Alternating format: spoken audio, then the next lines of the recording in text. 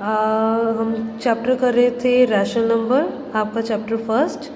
उसमें कल मैंने आपको बताया था कि how to add rational number, कैसे प्लस करना है, कैसे एलसीएम लेके क्या करना है।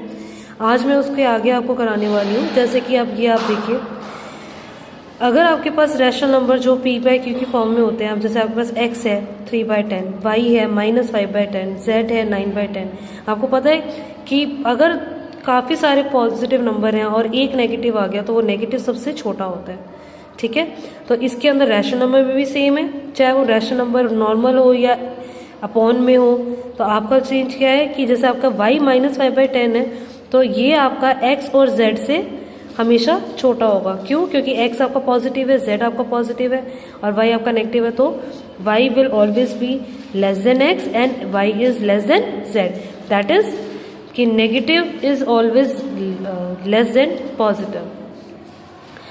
और अगर आपको देखना है कि चलो हमने नेगेटिव और पॉजिटिव में तो रिलेशन बता दिया, अब आपको बताना है कि x और z में क्या रिलेशन है, इन तीनों में से सबसे बड़ा कौन सा, इन तीनों में से सबसे छोटा कौन है। अगर देखना है तो उसके लिए सबसे पहले आपको चेक करना है डिनोमिनेटर। अगर आपका डिनोमिनेटर सेम है, जैसे अब इसके अंदर जैसे गिवन एग्जाम्पल में आपका डिनोमिनेटर है 10 10 10, सब कुछ सेम है, तो डिनोमिनेटर सेम होने के बाद डिनोमिनेटर को थोड़ा सा साइड रखो। आपको सिर्फ क्या चीज़ चेक करनी है, न्यूमरेटर।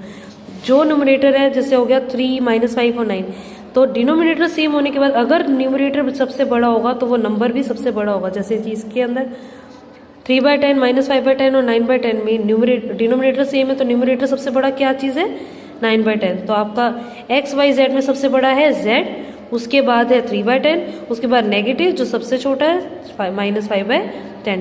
तो if denominator is same, greater the numerator, number will be the greater.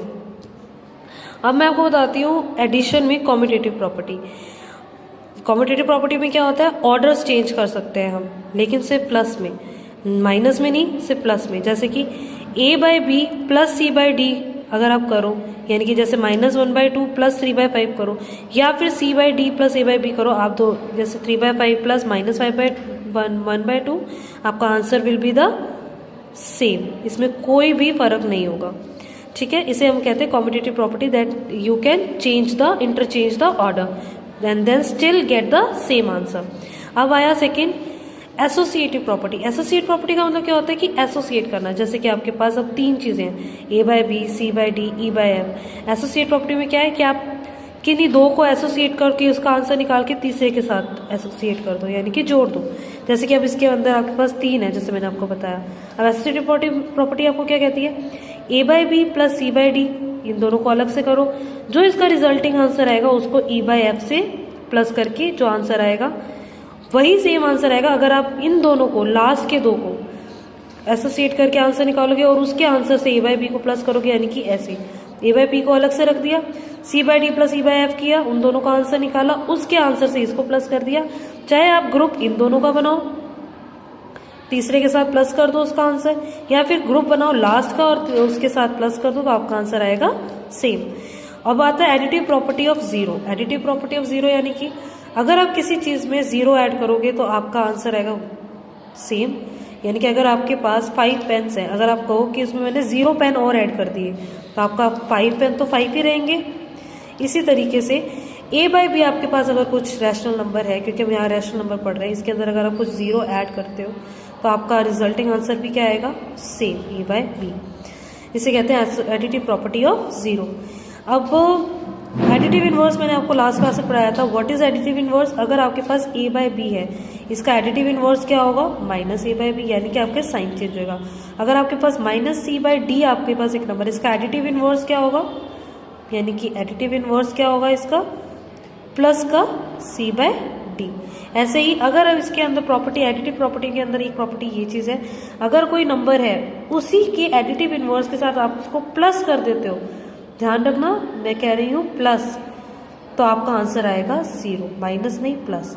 यानी कि आपके पास a/b है, उसके एडिटिव इनवर्स से अगर आप उसको प्लस कर दोगे, यानी कि a/b प्लस माइनस a/b, तो आपका आंसर आएगा 0। क्यों? क्योंकि plus minus minus, a/b minus a/b 0। Okay. अब आपके पास आता है subtraction property of zero. Subtraction property of zero का मतलब, जैसे आपको बताया था x plus 0 is equal to 0 plus x, आपका आंसर एक्स ही आता है, राइट। लेकिन सब्ट्रैक्शन प्रॉपर्टी में ऐसा नहीं होता, क्यों? क्योंकि आपका क्या होता है, अगर आप x में से 0 माइनस करोगे आपका आंसर आएगा x, लेकिन अगर 0 में से माइनस एक्स करोगे तो आपका आंसर आएगा माइनस एक्स, तो वो दोनों इक्वल नहीं होंगे। तो सब्ट्रैक्शन प्रॉपर्टी ऑफ 0 स्टेट्स कि x minus 0 is not equal to 0 minus x, यानी कि जैसे a आप रैशनल नंबर पढ़ा रहे हो तो रैशनल नंबर के according a by b minus 0 is equal to a by b, उसमें से कुछ माइनस नहीं हो, लेकिन 0 minus a by b will equal to minus a by b. कैसे? मैं एलसीएम लेके भी आपको बता सकती हूँ, इसके नीचे कुछ नहीं है तो 1, दोनों का एलसीएम b से इसको डिवाइड किया तो b आया, तो 0 into b minus a into 1, आपका क्या आंसर आया? 0 into b 0 minus a by b, तो आपका आंसर क्या आया? माइनस a बाय बी आया आपका। तो क्या चीज़ हमारी a बाय बी माइनस 0 या 0 माइनस a बाय बी एक जैसा आया? नो, हमारा दोनों चीज़ें क्या आई? अलग। तो सब्ट्रैक्शन प्रॉपर्टी ऑफ 0 स्टेट्स कि ये दोनों इक्वल नहीं होते। अब बारी आई मल्टीप्लिकेशन की। मल्टीप्लिकेशन में क्लोजर प्रॉपर्टी क्या कहती है? जैसे मैंने आपको पिछली क्लास में भी बताया था, तो a by b into c by d है, तो आपको क्या करना है? न्यूमरेटर को न्यूमरेटर से, डिनोमिनेटर को डिनोमिनेटर से मल्टीप्लाई, यानी कि a इंटू सी, ये जो डॉट देख रहे हो ये चीज़ क्या है? मल्टीप्लाई। आप बड़ी क्लास में जाते जाओगे तो ये जो वेरिएबल्स के बीच में आपको ये a मल्टीप्लाई b ऐसे लिखने की बजाय a इंटू बी इस तरीके से आएगा, हमेशा ध्यान रखना, ठीक है। इस डॉट का मतलब वो तो डेसिमल नहीं, इस डॉट का मतलब है मल्टीप्लिकेशन। तो आपका इसका क्लोजर प्रॉपर्टी क्या कहती है? सीधा का सीधा, जैसे प्लस में और माइनस में एलसीएम वगैरह लेना है, इसके अंदर बिल्कुल नहीं लेना, इसके अंदर सीधा क्या करना है? a इंटू सी डिवाइड में b into D, numerator numerator में जाएगा, डिनोमिनेटर डिनोमिनेटर में जाएगा। जैसे एग्जांपल आपको दे रखा है, ये 2 बाय 5 इंटू 4 बाय 3, 2 को 4 से मल्टीप्लाई, 5 को 3 से मल्टीप्लाई, ओके। अब एक चीज़ आपको क्या देखिए, रैशनल नंबर को अगर रैशनल नंबर से मल्टीप्लाई करोगे तो आपका हमेशा रैशनल नंबर आएगा। रैशनल नंबर को प्लस करोगे रैशनल नंबर से तो भी आपका रैशनल नंबर आएगा, माइनस करोगे तब भी, डिवाइड करोगे तब भी। अब आया मल्टीप्लिकेशन के अंदर कॉम्बिनेटिव प्रॉपर्टी। कॉम्बिनेटिव प्रॉपर्टी क्या कहती है? जैसे मैंने बताया था, कॉम्बिनेटिव प्रॉपर्टी का मतलब बेसिकली क्या होता है? ऑर्डर इधर से उधर करना। प्लस में इधर से उधर करने से कोई फर्क नहीं पड़ता, लेकिन माइनस में फर्क पड़ता है, इसलिए माइनस में कॉम्बिनेटिव प्रॉपर्टी होल्ड नहीं करती। कॉम्बिनेटिव प्रॉपर्टी कहाँ होल्ड करती है? प्लस में और एक मल्टीप्लाई में सिर्फ। तो कॉम्बिनेटिव प्रॉपर्टी मल्टीप्लाई में क्या कहते हैं? a by b into c by d करोगे तो क्या आएगा? a into c b into d, चाहे आप c इंटू डी और इंटू a बाय बी करो, क्यों? क्योंकि आपका सिर्फ ऑर्डर चेंज कर दिया तो उससे क्या फर्क पड़ा? देखो जैसे एग्जांपल, -3 बाय 7 इंटू 1 बाय 8, क्या आंसर आएगा? -3 इंटू 1 -3 और 7 इंटू 8, और सेम चीज़ यहाँ पे करोगे 1 बाय 8 इंटू -3 बाय 7, सेम चीज़ यहाँ पे आ जाएगी, आपका आंसर आ जाएगा सेम। इन दोनों से कोई फर्क नहीं पड़ता। एसोसिएटिव प्रॉपर्टी मैंने वो क्या था? 3 का ग्रुप है, तो आप क्या करोगे? पहले 2 के ग्रुप बना लिए, तीसरे का यहाँ डाल दिया, यानी कि पहले 2 को सॉल्व किया, उसके तीसरे से उसको सॉल्व कर दिया, या फिर पहले का आंसर अलग करा और दूसरे और तीसरे का ग्रुप बना के सॉल्व किया। मल्टीप्लिकेशन में कैसे? सीधा सीधा, और जो आंसर आया उसको ऐसे, जैसे कि मैंने अब एग्जांपल ले रखा है, ये इसका सॉल्यूशन मैं भी आपको दिखाती हूँ। ये देखिए, जैसे कि 2 by 9 into 1 by -2 into 6 by 5, पहले मैंने इसका ग्रुप बना के सॉल्व किया, आपका आंसर आया सेम। चाहे आप इसको सीधा सीधा मल्टीप्लाई करके सॉल्व करो, एंड में आप इसको काटो न्यूमरेटर से डिनोमिनेटर, या फिर इसको साथ साथ ही, जैसे 2 बाय -18 6 बाय 5, इसको काट दिया 6 और 18 को 3 से, और ये आपका आंसर आ गया। एक चीज़ और ध्यान रखना कि अगर माइनस डिनोमिनेटर में हो या न्यूमरेटर में हो कोई फर्क नहीं पड़ता, लेकिन आपकी स्टैंडर्ड फॉर्म क्या कहती है? अगर आपको क्वेश्चन में डिनोमिनेटर में माइनस आता है, you have to write answer के अंदर न्यूमरेटर में। जैसे मैंने यहाँ पे माइनस यहाँ पे था, माइनस यहाँ पे आया, लेकिन आंसर में मैंने कहाँ कर दिया? ऊपर। अगर आपका न्यूमरेटर डिनोमिनेटर दोनों में है तो आपका माइनस से माइनस कट जाएगा और आपका आंसर आएगा पॉजिटिव, क्योंकि माइनस माइनस इज प्लस।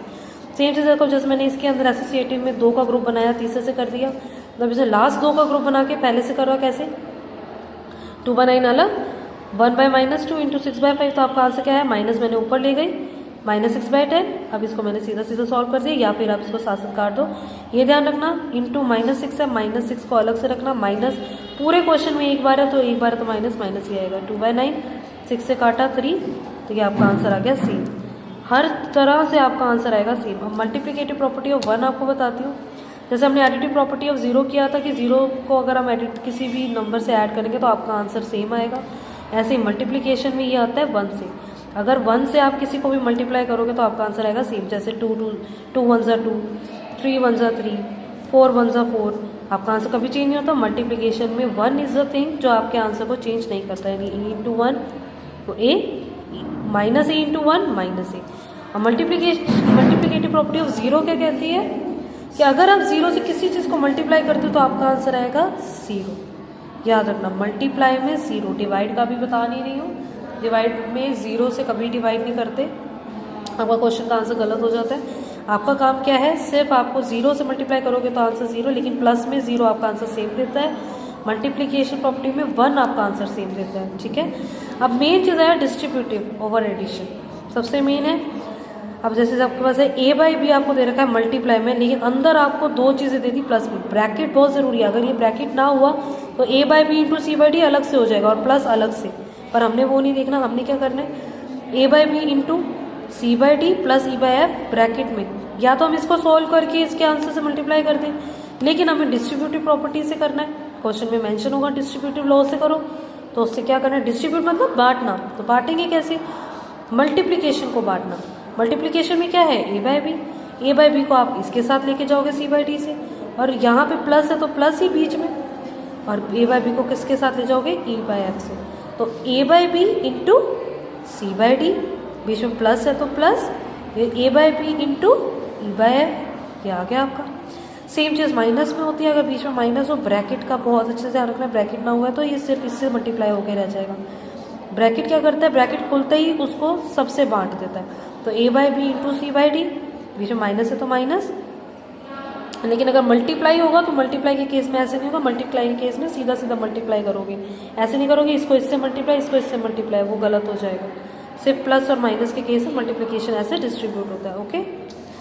अब reciprocal of non zero number, मतलब रेसिप्रोकल तो आपको पता ही है, अगर ए बाई बी आपका नंबर उसका रेसिप्रोकल है बी बाई, तो इसको रेसिप्रोकल, अगर उस रेसिप्रोकल से ही एक नंबर के उसको मल्टीप्लाई करोगे तो आपका आंसर 1 आएगा। कैसे, ए बाई बी को मल्टीप्लाई करोगे उसी के रेसिप्रोकल से, यानी कि बी बाई ए, तो आपका आंसर ए से ए, बी से बी कट जाएगा, आपका आ गया 1। एग्जाम्पल, -5/8 का रेसिप्रोकल 8/-5, 8 से 8 गया, -5 से -5 गया, आपका आंसर आया 1 ऑलवेज, ओके। अब मैंने एक एग्जाम्पल और आपको कराया था, उसके बाद ये आपका होमवर्क था। एग्जाम्पल आपका क्या कहता है कि what should be added to this number, इसके सॉल्यूशन के नंबर से हम क्या चीज़ ऐड करें जो आपका आंसर है 1। तो आपने सबसे पहले क्या करना है, 1/2 प्लस 1/3 माइनस 1/5 का आंसर पहले आपने अलग से निकाल लेना है, वही सेम एलसीएम लेके, जैसे मैंने आपको पिछले क्लास में बताया था। उसके बाद हम कहते हैं क्या हम ऐड करें जो आपका आंसर है 1। आंसर है 1 यानी कि इक्वल टू 1, किस चीज़ में, इसके आंसर से, यानी कि हम सोच लेते हैं कि हमने x को ऐड किया इसके साथ कि हमारा आंसर आया 1। तो 1/2 प्लस 1/3 माइनस 1/5 प्लस x जो हमने मान लिया इज इक्वल टू 1। हमने इसको सॉल्व किया 19/30 plus x is equal to 1।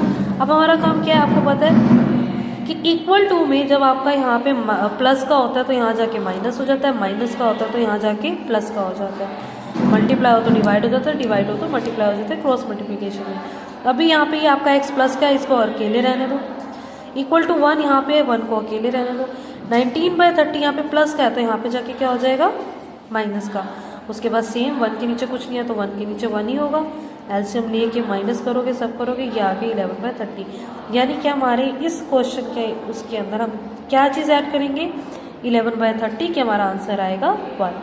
तो हमेशा ध्यान रखना इस टाइप के क्वेश्चन बहुत ज़रूरी है, ये और डिस्ट्रीब्यूटिव प्रॉपर्टी आपके लिए बहुत ज़रूरी है, तो ये चीज़ आपको अच्छे से आनी चाहिए। ओके बच्चों, आज की क्लास के लिए इतना ही।